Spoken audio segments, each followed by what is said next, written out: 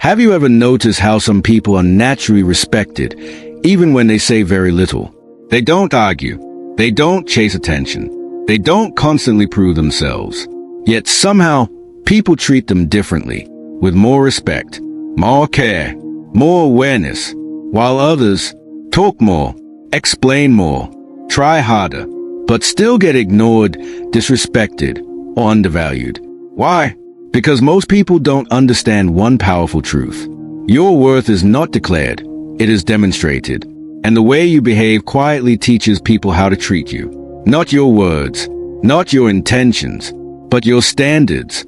Centuries ago, Stoic philosophers like Marcus Aurelius understood this deeply. He never demanded respect.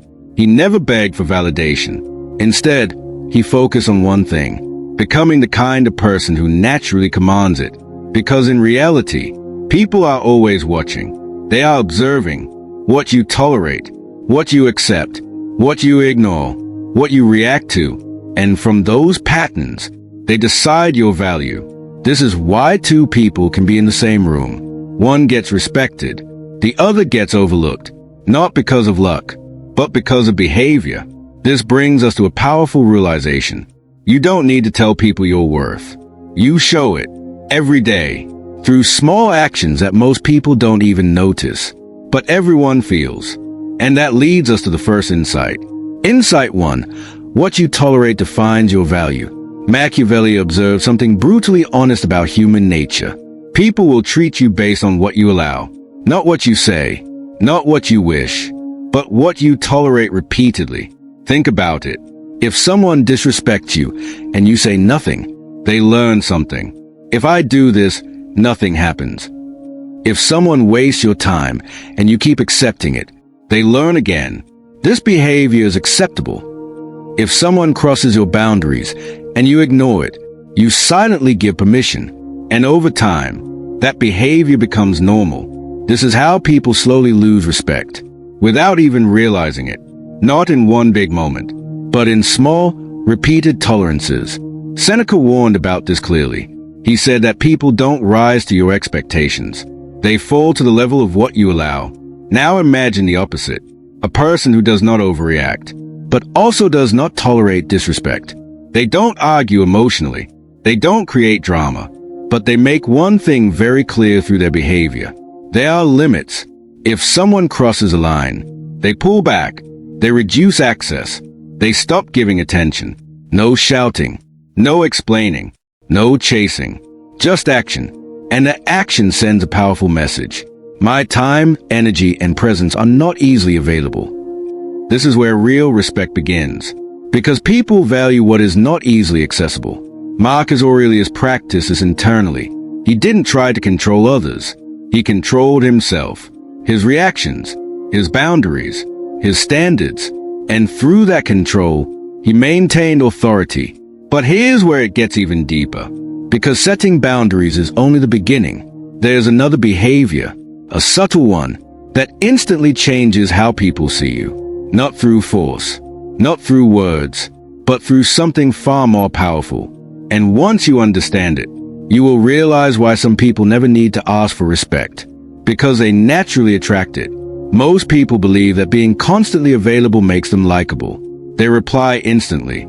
They say yes to everything. They adjust their time for everyone. They think, if I'm always there, people will value me more. But in reality, the opposite happens. The more available you are, the less people respect your time. Machiavelli understood this deeply. He observed that humans naturally place higher value on things that are limited, not because they are better, but because they are not easily accessible. Think about it. If something is always available, you stop appreciating it. If someone is always saying yes, you stop respecting their time. If someone is always present, you stop noticing their presence. Now apply this to yourself. If you are always available, always responding, always adjusting, what message are you sending? My time is unlimited. My attention is free. My presence is no cost. And when something has no cost, it loses value. Seneca warned about this in a different way. He said that people waste their lives not because they lack time, but because they give it away too easily. Time is your most valuable resource, and how you distribute it determines how others perceive you. Now imagine the opposite type of person. They are not cold. They are not distant, but they are selective. They don't respond instantly to everything. They don't say yes to every request. They don't make themselves constantly available. They choose, carefully, where to invest their time, who deserves their attention, what deserves their energy, and because of that, their presence becomes valuable, because it is not guaranteed. Marcus Aurelius lived with this mindset. Despite being surrounded by people, responsibilities, and demands, he guarded his time fiercely. He didn't allow every request to control his day, because he understood something powerful. If you don't control your time, others will. And once others control your time, they indirectly control your life. But here's where most people misunderstand this principle. Scarcity is not about ignoring everyone. It is not about acting arrogant. It is about being intentional. You are present when it matters. You are available when it counts. But you are not constantly accessible to everyone. This creates a psychological shift. People begin to respect your space. They begin to value your attention. They begin to recognize that your presence is something to be owned, not assumed. And this quietly raises your worth, without you ever having to say a word.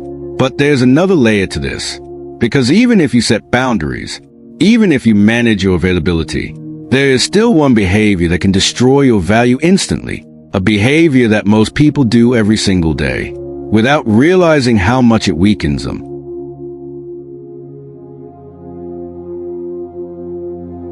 And once you see it, you will never look at it the same way again. Most people don't notice when they are seeking approval, because it doesn't always look obvious. It doesn't always look like begging for validation. Sometimes it looks like over-explaining your decisions, trying too hard to be liked, changing your behavior to fit in, seeking reassurance before taking action.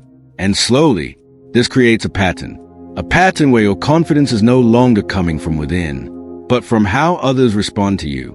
Machiavelli understood this clearly. He believed that the moment a person becomes dependent on others' opinions, they lose control over their own identity, because now their behavior begins to shift based on reactions. If people approve, they feel confident.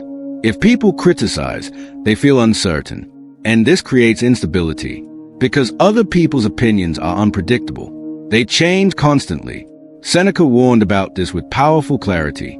He said that the person who lives for the approval of others will never find peace, because they are always adjusting, always reacting, always trying to maintain an image. And the more you try to control how others see you, the more control you give them over how you feel. Now think about how this affects your value. If people sense that you need their approval, they automatically place themselves above you, not consciously, but psychologically, because the one who seeks validation is always in the weaker position. Now imagine the opposite. A person who is comfortable with being misunderstood. They don't feel the need to explain everything. They don't chase agreement. They don't adjust themselves just to fit in. They listen. They observe. But they remain grounded in their own judgment. This creates a completely different presence. Calm, stable, confident, because their self-worth is not being negotiated in every interaction. Marcus Aurelius practiced this internally every day. He reminded himself that people will always have opinions. Some will misunderstand you. Some will criticize you. Some will doubt you. But none of that should change your path, because your value does not come from external voices. It comes from your character and actions. And when you truly understand this, you stop performing for others. You stop chasing validation. You stop trying to be liked by everyone. And ironically, that is when people start respecting you more. Because confidence that does not seek approval feels real. But here's where it becomes even more powerful. Because even if you stop seeking approval, even if you control your time and set boundaries, there is still one final behavior. A behavior that separates average individuals from truly respected ones. It is not about what you say. It is not about what you avoid. It is about how consistently you live your standards. And once you master this, you won't need to prove your worth ever again, because people will feel it instantly. Most people don't lose respect in one moment. They lose it slowly, through inconsistency. One day they set boundaries. The next day they tolerate everything. One day they act confident. The next day they seek approval. One day they value their time. The next day they give it away freely. And this creates confusion. People don't know what to expect from them. And when people don't know your standards, they stop taking them seriously. Machiavelli observed that power is not built through occasional strength. It is built through predictable discipline. Because when your behavior is consistent, your identity becomes clear. People understand what you accept, what you reject, what you stand for. And once that becomes clear, respect becomes automatic, not because you demand it, but because your behavior leaves no room for doubt. Think about this deeply. Anyone can act strong for a moment. Anyone can set a boundary once. Anyone can appear confident temporarily. But very few people can maintain that standard every single day. And that is what separates those who are respected from those who are ignored. Seneca explained this in a simple but powerful way. He said that true character is revealed not in what you do occasionally, but in what you do consistently. Because consistency builds trust, not just in others, but within yourself. Now imagine a person who lives this way. They don't overreact. They don't over-explain. They don't chase approval. They protect their time. They maintain their boundaries. They stay aligned with their values. Not sometimes, always. What happens? Their presence becomes powerful because people know this person does not bend easily. This person does not break under pressure. This person means what they show. And that creates something rare. Respect without effort. Marcus Aurelius lived this principle at the highest level. He didn't try to appear disciplined. He lived it daily, through his actions, through his restraint, through his consistency. And because of that, his authority was not questioned, because it was felt. Final realization. You don't need to tell people your worth. You don't need to prove it. You don't need to explain it. You build it, quietly, through what you tolerate, through how you use your time, through your independence from approval, and most importantly, through consistency. Because in the end, people don't respect what you say. They respect what you repeat. So the next time you feel the urge to explain yourself, pause. The next time someone crosses a line, respond with action, not emotion. And the next time you doubt your value, ask yourself, am I living my standard consistently? Because once you do that, you won't need validation anymore. Your presence will speak for you. If this message changed how you think, make sure to subscribe to Quiet Stoic for more deep, powerful insights on discipline, self-mastery, and human nature. And before you go, write this in the comments. Consistency builds respect. Because those who understand this are the ones who don't chase value. They quietly become it.